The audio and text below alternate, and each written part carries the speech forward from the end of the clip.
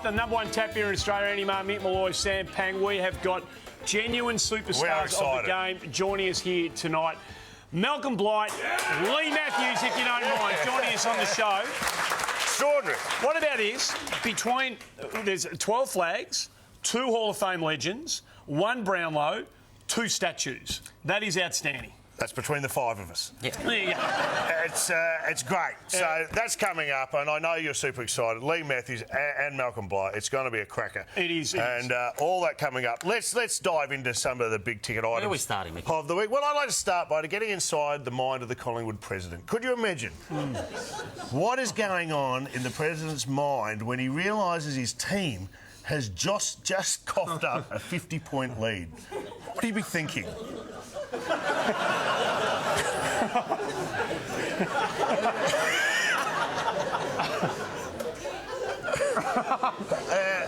I mean, Mickey. He's hard to read. He is hard to read. What's going on there? He's got his poker face on. So many layers. There's so many layers. Have you ever wondered? No, I won't go. Well, what would it be like to get inside the head of the Collingwood president when he realises he's just re-signed Bucks at half-time on a 5-year deal? What would that look like? No! Okay. What are you thinking? Let's say Gary Pert next to him's not looking well. Anyway, there it is. No, well, they've got a lot to think That was about. Unbelievable to see that comeback. It was. No, incredible. Incredible. It's been a really big week, obviously. Not only comebacks with Collingwood coughing up 9-goal leads at half-time. But it's beautiful. But a couple of legends of the game have decided to give it away, make it a formal announcement this week. Sam Mitchell first among them. What a footballer he's been for Hawthorn and latterly, of course, the West Coast Eagles. An unbelievable player. 3-time premiership player, 4-time premiership player, multiple best and fairest. He has been an absolutely super player. I would say it's a little bit sad that Sam Mitchell finishes his great career. That was at Hawthorn, finishes playing for West Coast. I would have preferred it if it was, the old-fashioned way, in the twos. That would have been a nice way to do it. But why did he do it? I think his knees gave away? Yeah, body's called time, I reckon. His knees after all those corkies. Right. I think he finally... He's been a good player for them. He's played 16 games already for the Eagles, over 27 disposals average per game. So it's not as if he's put together a really shabby year. He's just decided that he wants to go out, with a bit left in the tank. He wasn't the only little man playing for West Coast that denounced the retirement. Matt Prittis. Oh, absolutely. Also, another Brownlow medalist too. Off the rookie list, one of the great stories. Yeah. Never let it Great support in the crowd there for the West Coast. One whistle up the back there. Yeah, so Matt Prittis also announced his retirement. Another great career. Never let it be said that West Coast don't look after their greats, by the way. Have a look at the prime seats that Matt Prittis has when he's not playing last weekend. Top the left there. Have a look at that, mate. It's amazing. Like, if that's, Mickey, if that's the seat he gets while he's playing, where will he be when he retires? They're that bad, his +1 isn't even front. I'm not going to that. West Coast, a well-resourced team. North Melbourne call that altitude training. That's what they do there. The other superstar that has given it away, after much speculation, is Nick Riewoldt. Absolutely. An absolute champion of the St Kilda Football Club. Didn't quite climb the mountain from a team perspective the way he would have liked, of course, and attain that elusive premiership with the Saints. A great career over 17 years. Is there a highlight for you? Yeah, for me, probably the toe poke, I reckon, in the 2009 prelim, in that thrill. No, I'm not trying to be rude. The little toe poke against the Western Bulldogs that got him over the line in that prelim, got him into the grand final. Apparently that was hilarious. You're on fire tonight, by the way. What about you? Mate, that mark he took running back up at the SCG, which was right there with Jonathan Brown's, is the most courageous mark I've ever seen. Yeah. What about you, Mickey? Oh, probably this. When the Saints go marching in, when the Saints go... I can't believe we're not all up singing along with it.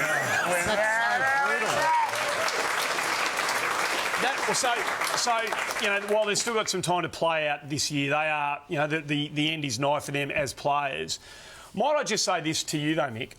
I've had a look at the round of football in front of us this week, and I put to you that this is about the most important weekend in the Richmond Football Club's history for quite some, probably in their modern history. Really? I'll paint the picture for you. If Richmond win this week against Hawthorn, not only do you knock Hawthorn out of contention for 2017, but if you win this week and Adelaide lose, which they could against Port Adelaide, Geelong lose, which they could against Sydney, and GWS lose, which they could against Melbourne, all conceivable. If that happens and Richmond win, you'll be second on the ladder, my friend. Second. I think I just got a stiffy. I don't know. I'm excited. I don't know where it's a blurry line, but I hope everything you just said comes true. What a wonderful world it would be. A wonderful These are exciting days, Sam. It's very hard, clearly, to keep your feet on the ground. You're right, Mo. There is a bit of buzz about this Richmond team. You know what I mean? Like how far it could go, and we all know what Richo thinks the ceiling of this team. We all know how far Richo thinks that this team can go in September. The players do have a huge belief. I'd be really surprised if this group isn't the group that can win a final for Richmond. Wow! One final! Keep a lid on it, Richo. You've gone mad. Where will they have if they do happen to win a final? The elimination final reunion in 15 years' time. Where's that likely to be? You just can't be happy for us. Why wouldn't you want us to experience some joy? No, I think it's important that is not actually out of the realms of possibility, because that club has had last year a 15-year reunion for their preliminary final loss of 2001. They did that, you know that? I did not. They did so. They did. It was black tie. Did they really? Well, you need to get old players around the club, and what better reason than your best finish in 32 years? Well, the good news keeps on rolling for the Tigers. It is good news. Unfortunately, got a good feeling. You know, it's at the fall of Patrick Dangerfield, who does get rubbed out for the week after the incident with Matty Cruiser, of course, been much discussed during the week. But it does now pave the way for the coronation, basically, of Dustin Martin in this year's Brownlow medal. So coronation's not a term I'd usually associate with Dustin Martin. No, probably not. No, probably not. But this is... It's his to lose now, don't you think? It is, I would have thought so. He will be on his best behaviour for the next 4 weeks. Don't you think? Taggers should really... steer clear. He's not going to be doing anything to jeopardise... Can I just say, sad for Patrick Dangerfield, though. The idea that... Sad to think that he may go down in history as just a one-time Brownlow medal winner. Very sad. Did you see the tackle on Cruiser? I mean, well, what's your thoughts on that? The Cruiser. What's the thoughts? What? Do you have any thoughts on it? Yeah, well, the criteria, the way the criteria is written, and look, people have had enough of this week, but the way the criteria is written, the MRP really had nowhere else to go. So I applaud the match review panel for making a tough decision and not balking at the challenge in front of them, because, you know, Patrick Dangerfield happened to be the favourite for the Brownlow medalist. I think they, under the criteria as it's written, they had no choice. On the night when the Brownlow, every time Dangerfield gets 3 votes, I reckon they should cut to Cruiser and everyone boos. Come on, it'll be fun. Make it a fun night out. What a great custodian of the game you are, Mickey. Hey, we're saying Dusty, though, it's his to lose now. It is. And, like, anything can happen on Brownlow night. We all think that Dusty's going to happen, but upsets... We all think he's gonna win. Happen. That's upsets true, happen. Yep. But according to his teammate Dylan Grimes, I don't think... He doesn't think Dusty should be worried too much either way. Yeah, look, I think I'd like to see him win it purely just to get that the recognition that we probably... He's a Brownlow medalist already at Richmond. Whether or not he wins it is sort of yet to be seen. Yeah, right. Yeah, good. Doesn't even matter. Doesn't even matter, Mickey. We're already premiers in 2017. Whether we win it or not just doesn't matter. That's right. You know, if Andy Marr doesn't win a Walkley this year, it doesn't matter. He's still a Walkley winning journalist in my right. Yeah, that means a lot to me. Thanks very much. Hey, one of the things that's been discussed this week, they're obviously a pretty happy team at Tigerland at the moment, but it's not all hunky-dory around the league at the moment. There's been a few spats between players that we've seen, and it happened again on the weekend. Heath Shaw and poor old Aidan Corr. This is after the game. They fought back and had a crack. No, that's actually before the game. Right. They're really getting into it early. Poor old Heath has had a crack at it again, and Aidan Shaw's just... Aidan Corr again has just said, I've had enough. I don't need to talk to that man anymore, and away he goes. What's your point? Well, it's not... We look like that. We're a pretty happy team here, aren't we? Oh, you think so? I would have thought Pretty so. rich coming from you. You are unbelievable. Sometimes. It's all smiles when the cameras are on. Yeah. You're all Mr. Showbiz on here. Look at this. Here we are, leaving after last week's show. Look at this. Whoa! Look at this. What's going on? That is a fascinating glimpse into our world, people. Well, you nearly torched my Bilbo Baggins joke. I mean, I'd set it up. So go nearly back knocked there. it over. Yeah, but Anyway. No, there you go. We're going to get a break out of the way here on the front bar. Thanks to the Brewery Fresh Carlton Draft, the #1 tap beer in Australia. When we come back, one of the absolute icons Lord, of the what's game. going on? Malcolm Blight to join us on the show.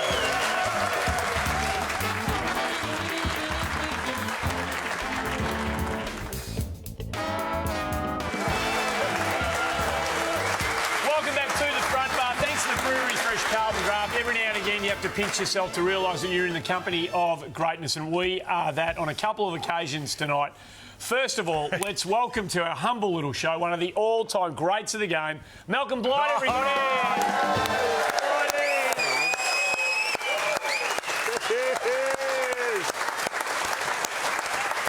One of the greats. Thanks for coming on the show, Malcolm. Andy, it's great to see you again, mate. Lovely. Might I say you're looking particularly well at the moment too. Thank you very much, and it's a nice little sip. It is Moderation, indeed. apparently, we're allowed. That's what we're indeed. Yes. This is the first time that we've been face to face, our show with you, since earlier in the year when you were acknowledged and recognised as the 27th legend of the AFL at the Hall of Fame presentation. It's with great warmth that we congratulate that on that.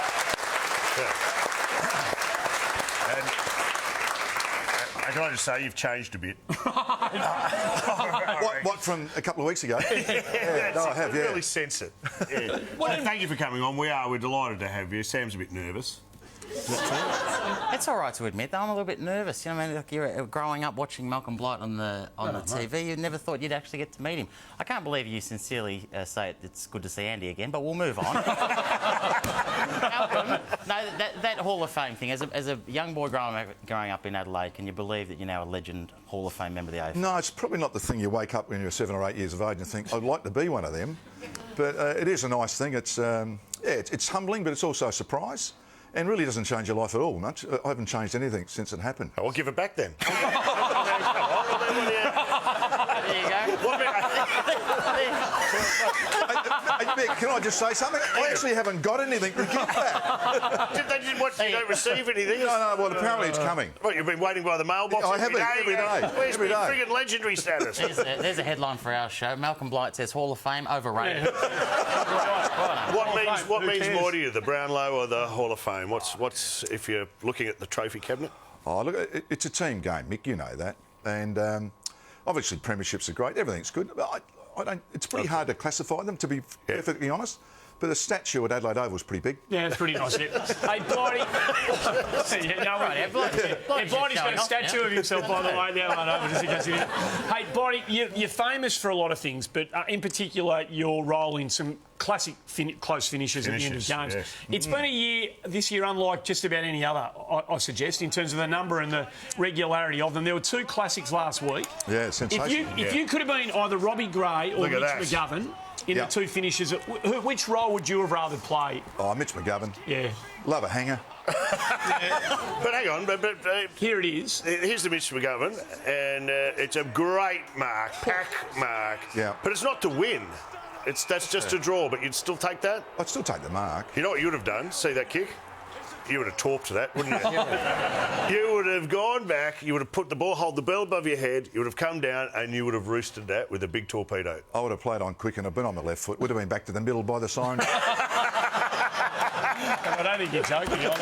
Can you, if you don't mind, can we play you and to our audience here tonight? Let's get this out of the way. This is the greatest torpedo in the... I think it's the greatest thing in the history of Greatest history of the football. game. Here we are. This is 1976. But what also makes this great is the context. It's after the siren. You're at Princess Park. How far out are you, Malcolm? Be honest. 89 metres, he said. What did 89. What did Keith Green say to you, Malcolm? I just said, what do you reckon I should do? He said, why don't you just try kicking it? So even your teammates don't even think this is a chance. They're not watching, and boom! Laka, no! Oh, come on!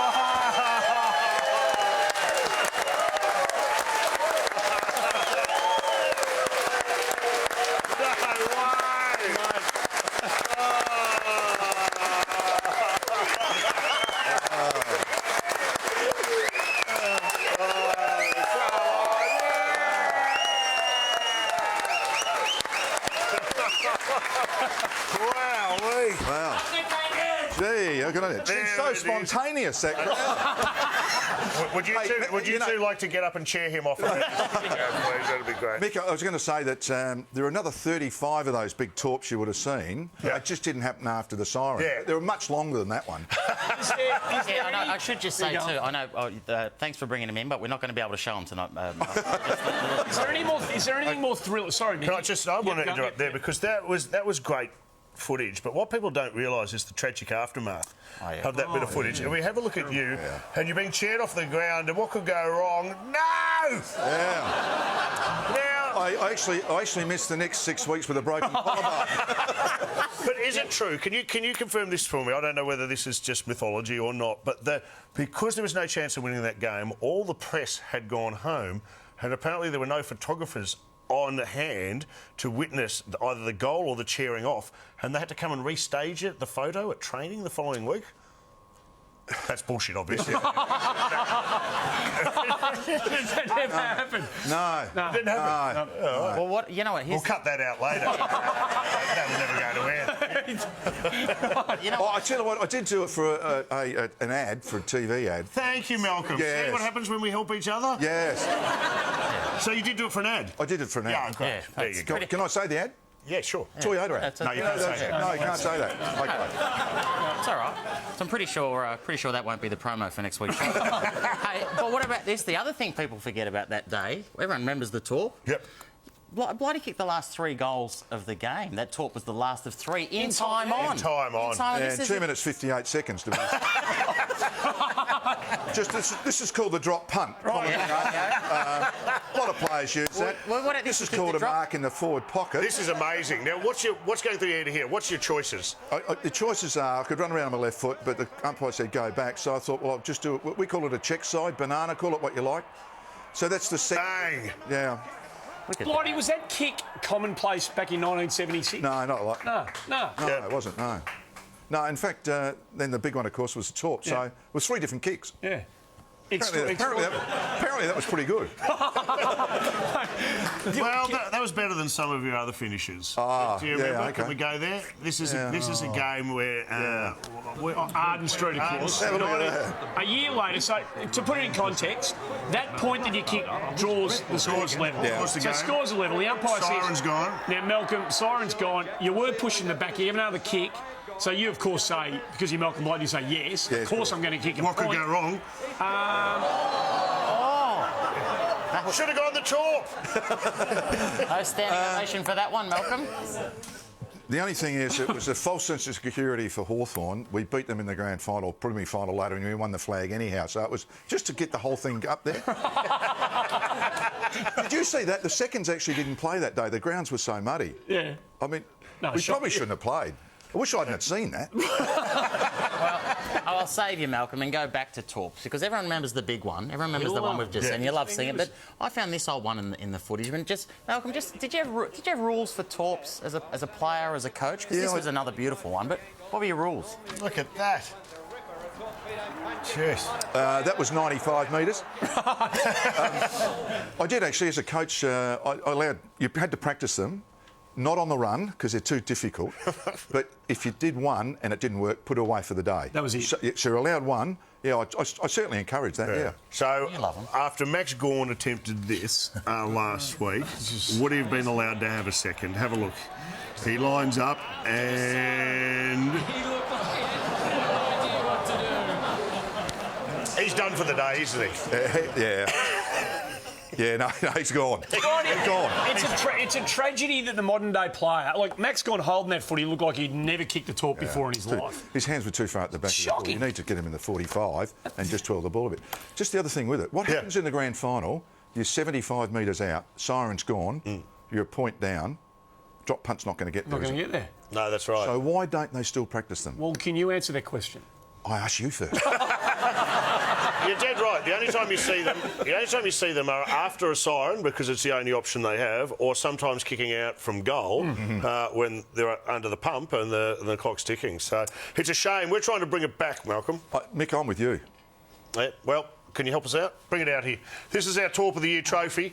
We're going to offer this Torp of the Year, which we've already started this competition. We've been getting people to send us in our Torps from all around the country at any level of football, Malcolm. I think this will excite you. And it can go all the way to the top. Malcolm wants to include the ones he's already picked on. You can't do it, Malcolm. You can't do it. If you've got one for us, hashtag Front Bar Torp. That's where we want to send in your great Torps from all around Australia. We want to see them and put them in the comp. But be responsible with your torpedoes. Don't be like Drew Petrie. This is out of order, Malcolm. This is across the face of goal in defence. To cough it up. Now, that could get us all in a lot of trouble. Yeah, but as you'll see, at least it wasn't costly. So that's probably not going to win the trophy. No, you can't be doing that. But we have had a couple of nominations, and Blighty, I wouldn't mind you casting your eye over this. I know this is going to be mixed call at the end of the year, but given the fact that we're launching it with you as our special guest judge tonight, can you let us know which is going to be the clubhouse leader? We've got Mitch Hymas from Hurstbridge, who launched this bomb at Montmorency. Now, they tell me Monty's a small ground. Look at that. But that's a fair hit. Whoa. So he gets another one, doesn't he, Blighty? Yeah, you'd get another go at that. And our great mate, Nathan Thompson, ex-Hawthorn North Melbourne player, terrific bloke. After the three-quarter time siren playing for Kyneton in the Bendigo Footy League against Strathfield, he let this one rip, Blighty. It's from inside the square, Blighty. Now, that's a pretty good off. Wow, good decision time. Yeah. Which do you like? I don't like the colours of that team there.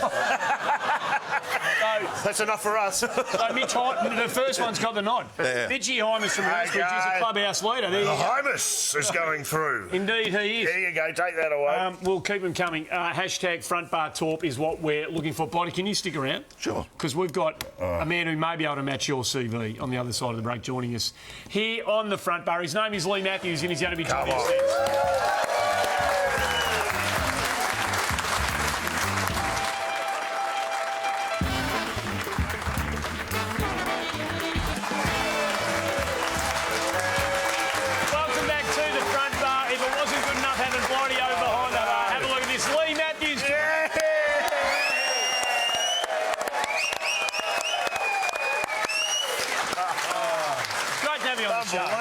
Really good to have him on the show.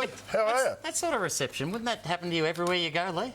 No. I reckon Blighty's just half dirtied up. I know he got the standing ovation for the talk, but I reckon the Lee welcome cheer was just a little louder. I reckon. You're okay with all that? You talk crap. Well said. I think you speak for everyone in the room when you say that. Speaking of talking crap, we love David Parkin. We love him, right? Yeah. And we've already spoken a bit about... Where's this going? No, we've already spoken about Sam Mitchell a little bit, Lee. Today, Parko said, in the wake of Sam announcing that he's given it away at the end of the year, that he is the greatest player that ever to represent the Hawthorn Football Club. Yep. Well, he's lost his mind, surely. Well, he won 5 club champions. You won 8. Yeah, I know. That's why I brought it up. And I think Tyrone Vickery needs to be in the conversation. That sort of stuff wouldn't even worry you, would it, Lee? That sort of Which talk? bit? The bit about Murray's trying to make something out of nothing, but David Parkin saying that Sam Mitchell's the greatest Hawthorn player. David who? I mean, your playing career, it's universally acknowledged as the best in the biz. So we've got some highlights we can possibly throw out there. Oh, not the black and white ones. No, they're all we good. don't like black and white. You know what I call it? The mutton chop era. You had some of the best side he's ever seen at that era. Don Scott. There they are. Look at those. There's a little bit of Dusty Martin. I was going to say there's a bit of Dusty Martin about you. There's a bit of you in Dusty Martin, the way he goes about it. Do you see the way you played your footy as a mid who could go home and be a sort of stay-at-home forward? Do you see a bit of yourself in the way Dustin Martin goes about his footy? Well, he's a strong midfielder. I mean, that's that part of it. Yeah, I mean, there's sort of winning the ball, but there's the quick, agile runners, and then there's the sort of the bulkier types, and Dustin's certainly that. He's not going to kick 900. He won't kick 915 goals in his career. Takes many great overhead marks. Considered one of the toughest customers to ever take the football field. Let's have a look at some footage here from your last game, and there are your teammates cheering you off at the end of one of the greats, if not the greatest career of all time. And I'm not sure, but there's a little bit of emotion. Yeah. Oh dear, that's hard to watch. Well, many sports people have said, like, part of you dies when you walk off the field for the last time, and you do. That said, I think you need to harden up. I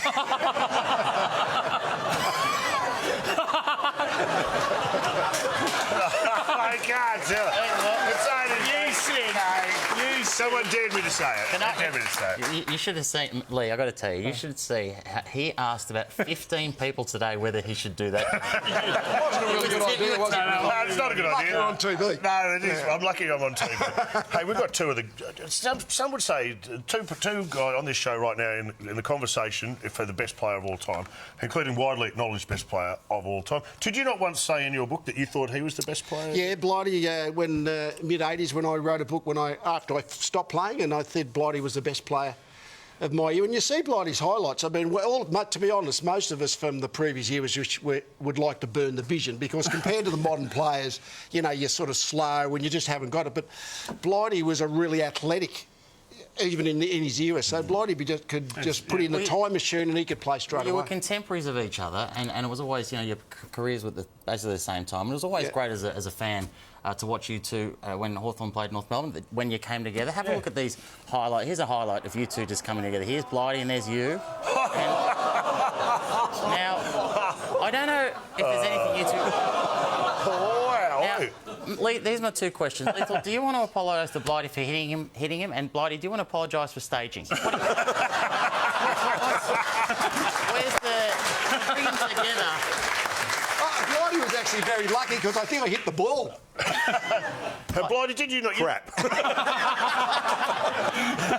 I think you at some stage declared that Lee was the best player in the... I did when I finished, yeah. I thought that we played Hawthorn so many times and had some great players. Peter Knight's another one, but I thought Lee, just over the period of time, was probably the best that I'd seen. And we're here tonight with the two of you. Did you ever hang out together? Blighty was there? Not really. I mean, not so much. Occasionally, when we were doing the hustings for Brownlow Medal favourites and going to functions and all that sort of stuff, we might have crossed each other's paths. Commentators on Channel 7. Of course, you were commentators. True or false, Malcolm, that Lee once gave you a lift home once after... Oh, yeah, hello, the story's come out.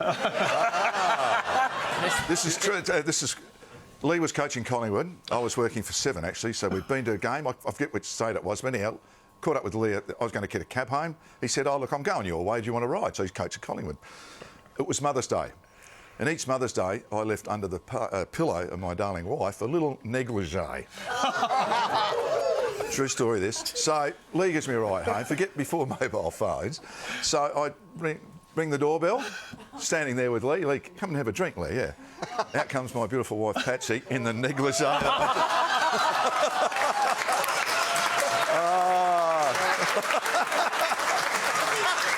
lovely dream. I still remember it. A lovely dream it was. A little bit frilly here. And funnily enough, Lee got a lift home every night. It was one of those classic, I was going to say one of those public pubic moments. The word which wouldn't come out. Good on you, mate. A great story. Yeah. Good colleagues. You were very close. Can I ask you, we saw some footage this week of Mr Langford. Will Langford.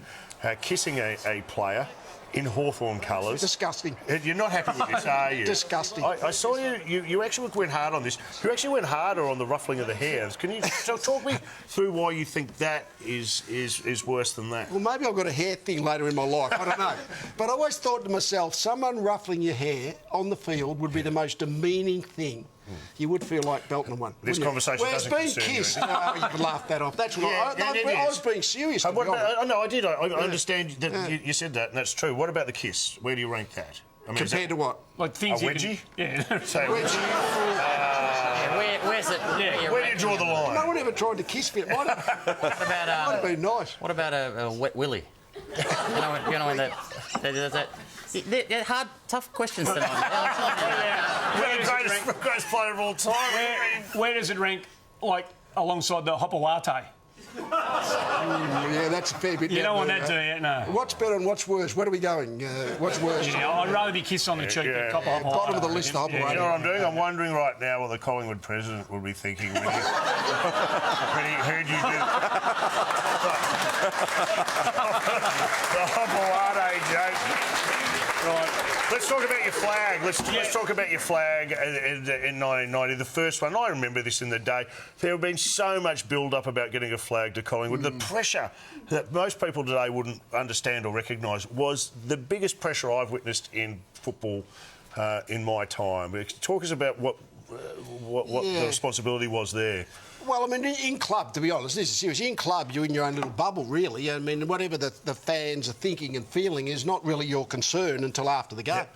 And, we hadn't been a lot of lost grand finals in the previous 30-odd years. So, Tony Shaw, wonderful captain. Yep. So, when we finally were able to win, I mean, one of the greatest moments of my life to that point was it was about the 27-minute mark of the last quarter or something, and we're about 8 goals in front, and I think we're probably going to win now. Yes. And it was just a fantastic moment when you accept it. So in the lead-up, Lee, you've got to pick teams, you've got to tell blokes they're in, you've got to tell blokes they're out. And I'm sure, Blighty, you'll have a story about this. And in 2 of your grand finals, the 1990 at Collingwood and the 2003 at Brisbane, you had to put through their paces from a fitness test perspective. 2 really good servants of your footy clubs. Lappin was a champion of Brisbane, of course, but Alan Richardson was a young player, had an AC sprain. No, he cracked his collarbone in the second semi-final, which was 2 weeks before the grand final. And somehow or other he got through training during the week, and you thought, this is not possible. He had a cracked collarbone, so I guess I was doing the fitness test back in that era, So about you 5 did it? years after I You did it. personally did the fitness test. You did. Well, a little bit with him. And it's fact, is it not, that the cracked collarbone became a broken collarbone after that? A Well, legitimately he broken looked like he might be okay, and one thing I was pretty callous, I guess, in those days. You thought if he's going to break down, it's going to be a trainer, not 5 minutes into the game. No, fair enough. So it was a pretty heavy fitness test, and there's about 10,000 Collingwood supporters at training on that Thursday night, and they were barracking for Richo, not me, I can tell you. Well, so you'd mellowed a bit 13 years later. You'd mellowed a bit with the Brisbane Lions, and Nigel Lappin had the broken rib. We thought he had the broken rib, and you put him through the pace with Aaron Shattuck. You're driving the whole thing, and you're uncompromising in what you want Lappin to go through. Is it true then that broken rib turned into a punctured lung as well after that session? Well, we think so, because Nigel got through the game about 40 minutes before the game. You have to put your team sheet in, and Nigel said, I think I'm okay, and he's deadened up a fair bit because he had a cracked rib cage, basically. And he said, but I can't seem to breathe properly. I can't take deep breaths. And you said, well, OK. Well, what do you think? He said, I'm OK to play. And then after the game, they diagnosed him with a punch. Like, you can have badly punctured lung. Did you puncture his lung in the fitness No, Aaron test? Shattuck punched his lung. Not me. I didn't do it. No, Lee didn't punch a Lappin. He waterboarded him after that. But Where do you draw the line? Attaching electrodes to his testicles? I mean, when's enough? Well, he played, he got through. But one couldn't play and he didn't play. I hate to point this out. There are 2 blokes you put through fitness tests that were worse after the fitness test than that went into. That's probably true. I remember the day you conducted a fitness test on a point post. Do you remember that? This is actual footage. And, wow, that is you careering into a point post famously, and you don't seem that rattled by it, to tell you the truth. I didn't even know I did it. Seriously, I mean, I've seen the vision, but it wasn't until I went in after the game that the head trainer said, you're OK, because I had a bit of a lump on my elbow. So, in fact, at the time... That could have come from anywhere, yeah, too. So when it happened, I didn't actually know I'd done it. So I've only seen the vision thereafter. Let's move on to your Brisbane Lion days, mate. With last week on this show, Jonathan Brown was in here, and he has nothing but the highest of praise for you, and he said you were the perfect coach for that group. It was in a team full of personalities and egos. You were just the perfect man for them. Tell us what this team... Why was it so great? Why were you perfect with them? I don't know about the me being perfect. They were a really good team. I mean, you see a couple of the great leaders. Michael Voss, just an absolutely sort of fantastic, just a really talented team. Yes. They lived in the moment, so therefore, if they won a premiership, they could move on and get into having a crack at the next one. It was a wonderfully talented team. All right, this is the one I'm a bit nervous about. True or false? After the 2003 premiership, you're 3rd in a row. You're in a lift with 5 or 6 of your senior players of that team, and Justin Leppich said to you, basically, how lucky are you, Lee, to have us? If it wasn't for us, you'd be nothing. And in context, you'd just be named the greatest player of the 20th century. You replied to Justin Leppich, you're right, Lepper. Without you blokes, all I'd be is the greatest player ever. There's a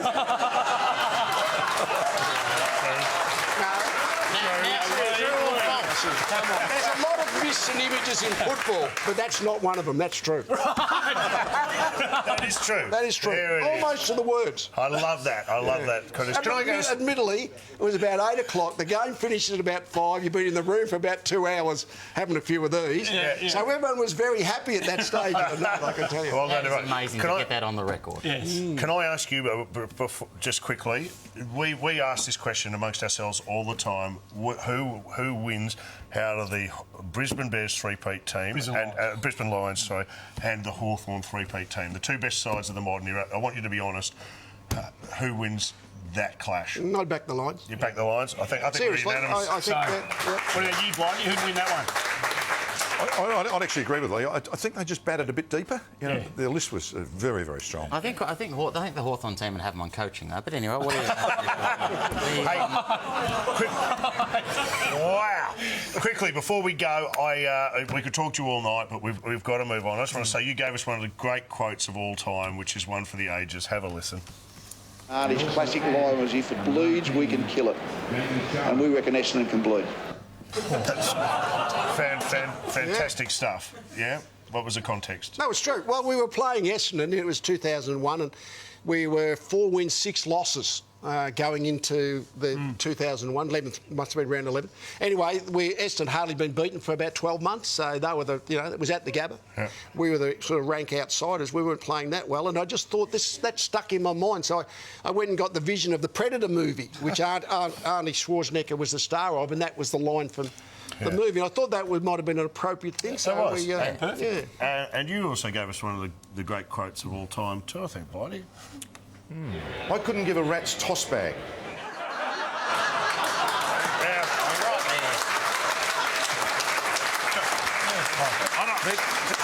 I don't want to ask what movie you'd been watching.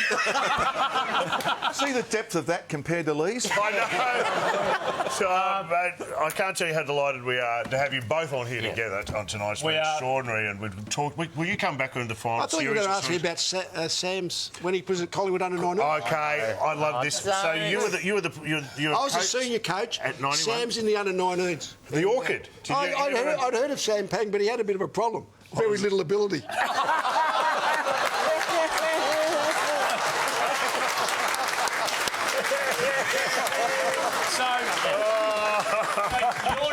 Your nickname was the Orchid, and your nickname was Lethal. From a footballer's perspective, which one would you rather have, I wonder? Anyway. No, Lethal just proving once again why he was a great coach. Well done, mate. Thanks for coming on the show. Lee Matthews, our very, very special guest. Malcolm White's going to join us over here on the other side of the room. A really fresh Carlton draft. Back in more after this.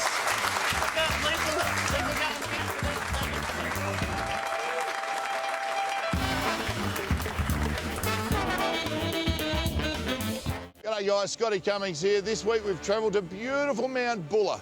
We find ourselves at the A-Bomb Hotel to put the punters to the pub test. Who's a better player, Sam Frost or Jack Frost? Sam Frost. I have to say Jack Frost. Jack Frost. Sam Frost. Who's Jack Frost? The Bachelorette. Sam Frost. Who's a bigger downhill skier, Alberto Tomba or GWS? GWS. I would say GWS. It's got to be GWS, mate. I'm going GWS. Oh, GWS. Alberto Tomba. You more excited about the Winter Olympics or AFLX? Oh, definitely the Winter Olympics. I don't even know what AFLX is. I don't know what AFLX is. What's AFLX? What's AFLX? Dusty Martin, should he stay at the Tigers or does he chase the coin and go elsewhere? No, he stays. Chase the big bucks. Go the big bucks. Chase a coin. Go with the money is. He's going to come over to the Pies. He's clearly going the Bombers. Thanks, Dusty.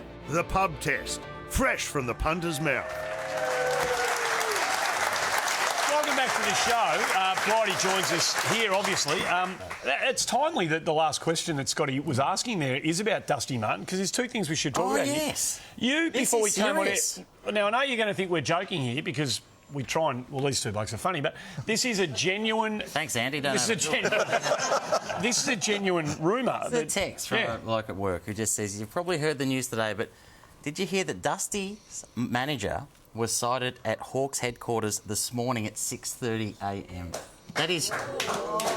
Now, obviously We've given them Vickery. What do they want? When is enough, Hawthorn? Generally, if you're down at Hawthorn at 6:30, you're getting schnitzeled. That's a good point. It's generally what's going on down there then. But that's pretty big. I mean, that is big. It's big in the context of Blighty being here too, because, Malcolm, you continue to commit to footy as a director of the Gold Coast Suns, of course, and James Hird wrote a story last week suggesting that your club would be the perfect fit for Dustin Martin. Just put together the $1.6 million 5-year offer. Are you interested in trying to put a deal together? I think we would be, but we'd also have to get some picks for it as well. Yeah. 1.6 wouldn't be enough, would it? No. We're on Is it going to stay? million. You know a lot. 8 $8 million? I was thinking good luck managing Dusty on the Gold Coast. High degree of difficulty, I would suggest. Just to throw something into this, that the manager of Dustin Martin might actually be manager of other players also who play at Hawthorn. All right, don't turn on me, Blighty. Just reading out a text. Well said. Well said. He's He might gone. very well He's gone. be. 6:30 in the morning is odd for a manager to be having a little meeting down at the footy club, isn't it? Blighty, we spent a bit of time. We're trying to wonder if there's a player who plays in the modern game that reminds you of you. And we couldn't think of one. We could think of a couple maybe that share some traits with Lee. You still watch a lot of footy. Is there somebody who you watch who goes, yeah, I see a bit of me in the way that young fella goes about as we watch some of your great highlights? No, it's a good question, actually. I hadn't thought of that. Because I can't think of anyone. No, it's both sides of your body, aerially unbelievable, great at ground level, below your knees. You could do it all. Thanks, Andy. Sorry. Just a good show, this, isn't it? This is as good as it gets. Blighty picked you early. If you just keep talking, it's just there's no question at the end. No, is there a player who? I think we've been there. I've got a question for you, Mark. Here we In go. 1972, you won the McGarry Medal, the best player in the South Australian League. Yes. You didn't come to North Melbourne until 1974. I'm always interested about these greats because we all know in the modern day everyone gets drafted and everyone comes. How did you find your way over to the VFL? Well, what I wanted to do was, that's where I grew up and that's where my mates. So I always wanted to play 100 games for my home club. So I wanted to get my name on the locker. You know, when I was a kid, you walk in the room and you see names on the locker. Yes. So that was my little passion. I wanted to play 100 games for my home club, Woodville. Yeah. See, there you go. You said earlier on this show that you didn't go up expecting or intending to one day be a legend of the game or to get that far, but that was, as a child, that was your motivation to get your name on the locker for 100 games. That's awesome. It's awesome. Yeah. How did any other clubs coming for you? Why was North always going to be North? Yeah, there was, but Ron Joseph, the great man Ron Joseph, convinced me to come to North, and it turned out half OK. It did all right. So 1977, there was the famous draw with Collingwood, and then the following week you get the Chockies, and afterwards there were some great scenes on the ground. I love seeing this. There you are, the boys enjoying a beer. An old Courage, I think that it is, out there together on the ground. Great scenes. There isn't a time and a place, though, for having a beer, and I would suggest on the podium is probably... That's a very casual attitude. Yeah, just put that around my neck. I've actually never seen that. It's only happened once before, and I think it was the winner of a Nobel Peace Prize. Generally, not the done thing. No, OK. With plenty of highlights to show. I've got to show this one of anyone who watched the sensational 70s or electrifying 80s growing up saw this. This is one of your lowlights, Malcolm. This is Steve McCann with what is it, Joe the Goose or whatever, Over the straight top, out. And look at you, Blighty. Put your glasses Look at that, mate. Can I ask you what did the coach say? What? You're not having. No, the dartboard. Sorry, what happened there? You've missed that completely. Have you erased this from your memory? Dartboard. You know what? Pictures back here. Concentrate on you were saying something. No, that famous footage. What does a coach say to a player? What did the coach say to you? What does the coach say to them? I was actually coach at the time. What? You were coach? You were captain coach? Yes, yes, I was. One of the problems with that, of course, is that we played some first and second gamers that year, and after the game they'd kicked poorly. I went in and said to them, look, guys, we're going to have to spend some extra time on your kicking. And I've just done that. I was the last one to be playing coach. Now you know why. That was it. That was your last week as captain coach, right? One more, I think. OK, so the bottom falls. You would think the bottom would fall out of your career. The lip would be hanging down and you'd be shattered. Drop you. You would, wouldn't you? Yeah. You'd think so. Then what happened the first game after you were relieved of the captain-coach duties? I kicked the equivalent of 12 goals. You did. You kicked 11 goals, 6. So I like to say the equivalent of 12. Sounds better. 17 shots on goal's not bad. Yeah, no, either, was, by the way. So that was obviously a big relief, was it, to be relieved of that pressure, Malcolm, and just be able to play? No, I actually quite enjoyed it. I think I had a pretty good year anyhow, so it wasn't as though that was a once-off. Can I ask, how did your teammates go with you? Once you've been, so you've been coaching them and you've probably been rousing on them and you've probably been chucking them in the ocean at training. You're no longer coach, you're just a player. Are they kicking it to you? 11 goals, 6 was So, Blighty, you clearly... The foundations are laid for your coaching and you go on to nearly, win it on a couple of occasions at Geelong, and we'll have a chat about the Adelaide years a little bit later, but... you didn't win it at Geelong, but it didn't stop you from trying things at Geelong. You did some things. Yeah. One in particular, 1993 at Footy That's extraordinary. Yeah. You're out on the ground early, and then you ask your players to do what? I was trying to make it like a final, so you line up for the final, like you do in the finals, all the finals You games. formed a guard of honour for the opposite team to run out on the ground for. But one of the silliest part, that was Gary Hocking, was acting captain for the first time ever, and I said, Gary, this is what I want you to do with the team, and let's all line up. And I said, look, I'll stay there with you if you want me to. And I thought he said, no, could you please stay? So I just stayed there and line up too like an idiot. So that was, But what was the idea? Was it to get a mental upper hand or it was. It was yeah, no, we didn't win the game. Did you? But we got closer than we'd ever been before. Did you after you'd lost the game, did you clap the opposition off? So you said you got closer than you ever got before, so you're pretty happy with the performance. Say, half-time, do you remember what the score was at half-time? You're 7 down at half-time, Blighty. Yeah, there was some great coaching moves in the third quarter, and we come back into the game a bit. I think we lost by 4 or 5, didn't we? No, about 10 or 11, I think. Oh, OK. That was closer than we've been. Your time at Geelong, I have to ask you, for anyone old enough out there like we are to remember, the great Gary Ablett, the other man in the conversation, the greatest senior player of all time. What was it like to coach him? He was a marvel. There's obviously no two ways about it. Could do anything on a footy field, and did. Yeah.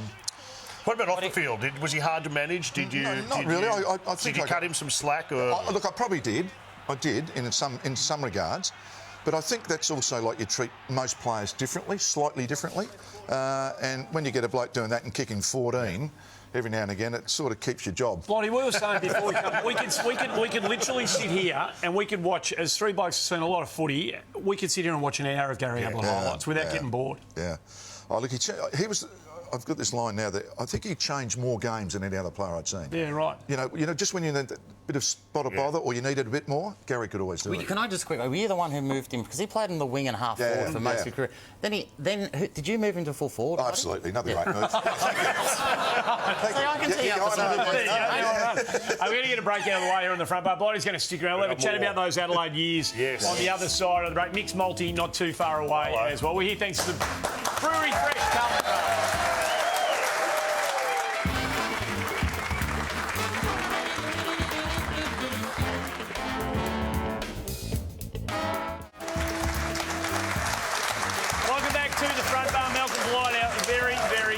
Special guest. A joy to have him on the show. And we mentioned the Adelaide years, Blighty, and there's a lot to talk about in a short period of time about those years. Well, dual premiership coach, by the way. And back to back.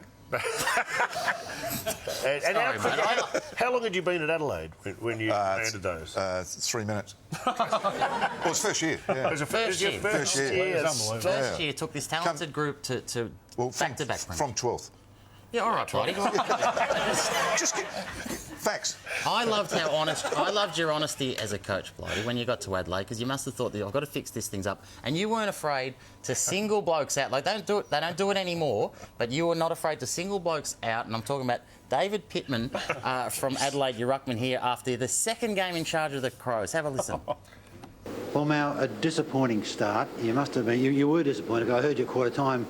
But to their credit, they did give you a bit during the second and the third quarter. Yeah, unfortunately what's going to happen, Neil, is that to start like that means you won't win, particularly with a pathetic effort from Pittman in ruck. I mean, it was the most disgraceful display I've ever seen from a big fella. And that's pretty hard on an individual, but he's going to have to live with that. How are you going to turn that attitude around? I'm just going to shove it down their throat for a long time. I'm probably the most annoyed I've ever been in footy. I mean, I just think that was if that was atypical of Adelaide, I didn't like what I've seen, and there's going to be there'll be some repercussions from this. By the way, Blighty, Pittman had to live with that, and you had to live with that tie. By the way, that's it's not your greatest ever. Dave, look, I've apologised many times to him, but it was only about his quarter. Oh, we'd catch up occasionally. Yeah, no, look, he was never dropped and played in both the premierships. He's a valuable player. So why did you do that? Why did you? What was your motivation? Yeah.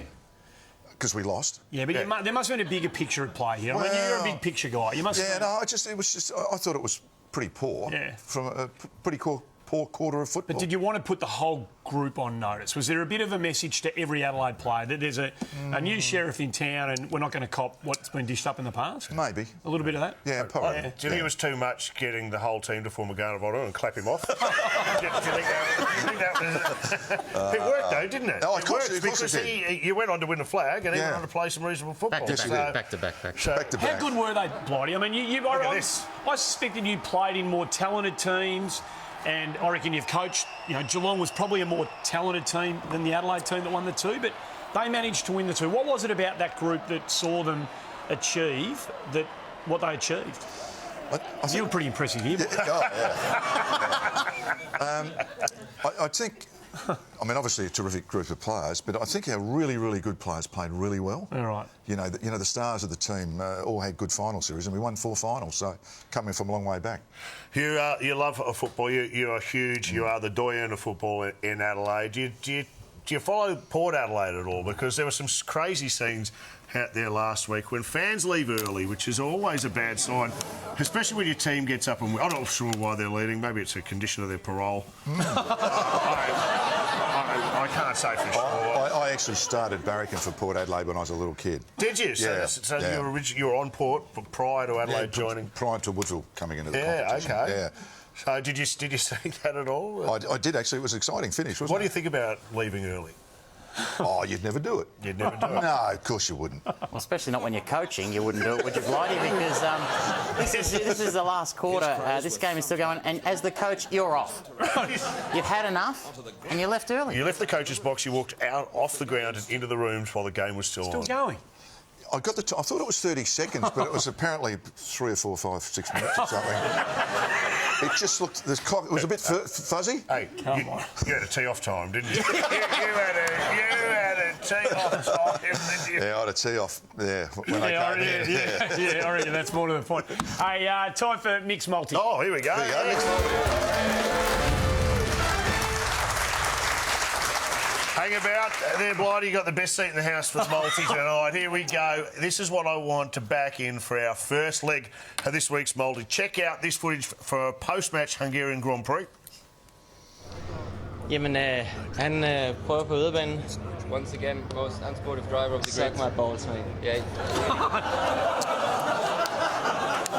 Well, after that exchange, I'd like to wager that Jared McVeigh got off lightly. That's a message, by the way.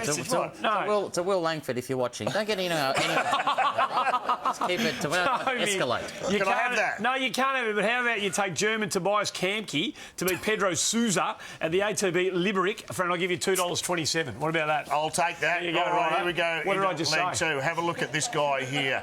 This is our greatest cricketer of the modern era, Shane Warne. There he is with his bit. I'd like to wager that he'll be appearing around town soon in a Wham tribute band. That's unbelievable. Can I have that? Yeah. What is going on with that man? No, Mick, you can't have that, but how about you take English spinner Moeen Ali to be man of the match against South Africa, and I'll give you $21. $21 is juicy. Right, I'll take it. We're rolling. How are you coping with your first multi? You great? I'm staggered. OK, here we go. Malcolm's thinking of leaving early, by the way. You can't leave before the third leg, mate. No. It's a multi. Have a look at the bulls here, and I'll talk about this in a second. Have a look at the bull. Watch it. The first cyclist, not that keen. Don't really care. And second, I've had enough. Bang. That's current footage. Pretty current footage, that. I'd like to wager that bull is now ineligible for the Brownlow. That bloke will ride a motorbike again. You can't have that, Mickey. But how about you get on the Storm to beat the Cowboys by 13+ in the NRL, and I'll give you $3.25. I'll take the $3.25. I'm not happy, but I'll take it. Here we go. Final leg. Let's boot this baby home. Have a look at this guy.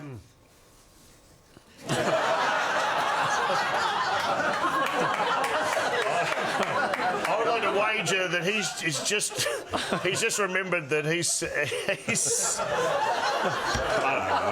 Are you thinking that he's wondering? He's just realised he's got Chris Mayne on a 4-year deal. Is that what That's what I'm saying. With 500 grand a year.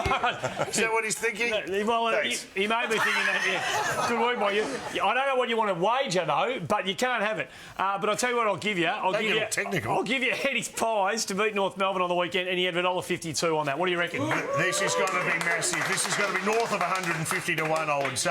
Parcel up. Oh, no! 235. Get on board. Go nuts. Don't go nuts. Do it Throw the responsibly. kitchen sink. No, do it responsibly. Get on Mixed Multi. Jump on the Sportsbet app. Download that. Look for Mixed Multi under Mega Bets, and you have a little bit of fun. Blighty, can you...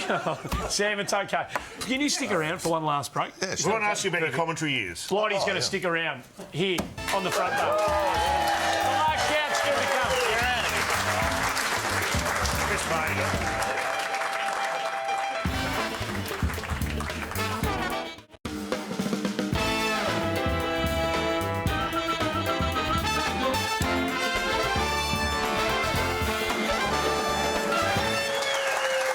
Welcome back to the front bar. Malcolm Blight, our very special guest. Hey, we've got a very, very good book of games scheduled for round 20. There's some big matches to be played this weekend. Starts tomorrow night, of course.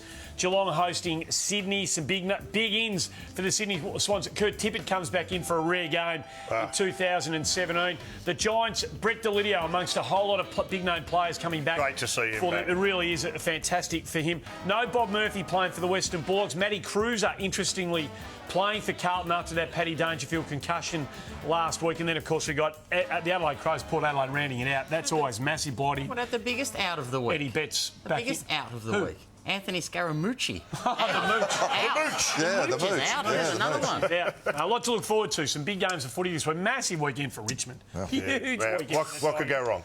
Hey, now, listen, Blighty, we've talked about you as a player and as a coach, and you were dominant in both those aspects of the game, and you're also a very handy commentator. Handy? Like one of the greats. Can you talk us through the night? What year was it? 1996. 1996, when the lights went out. We're going to show you some footage. This is how it actually went down that night at Waverley. They lead by that bare margin, 20 points, but in the context, we might really have a... Now, I always get the feeling that's going to happen to our show one night. Just to spread this out a fraction, it was the first night I'd ever hosted anything. It's true. I was a special comments person.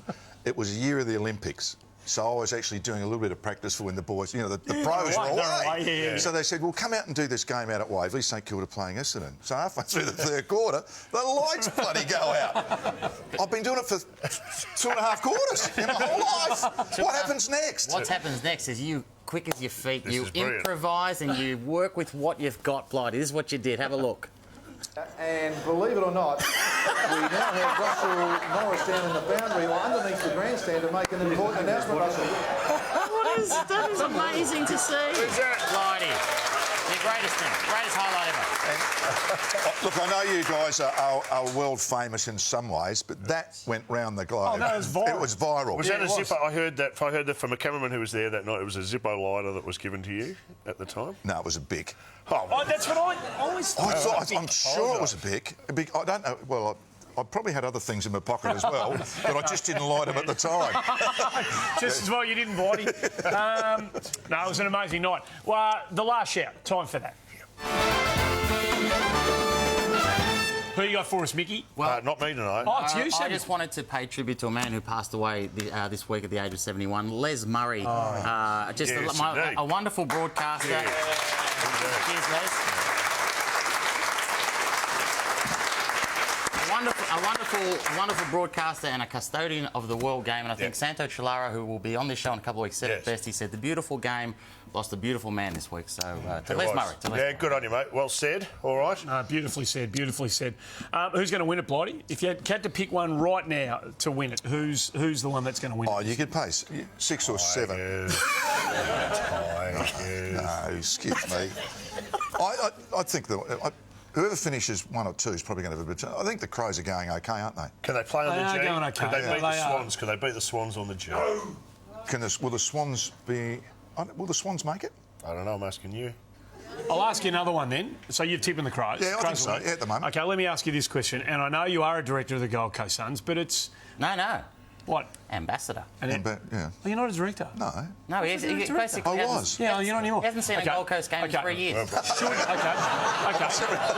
that means you're free. That is not true. No, that's good. You're actually free to answer this question. Where are you at rehearsal? Should Gary Ablett finish his career, junior, at the Gold Coast Suns?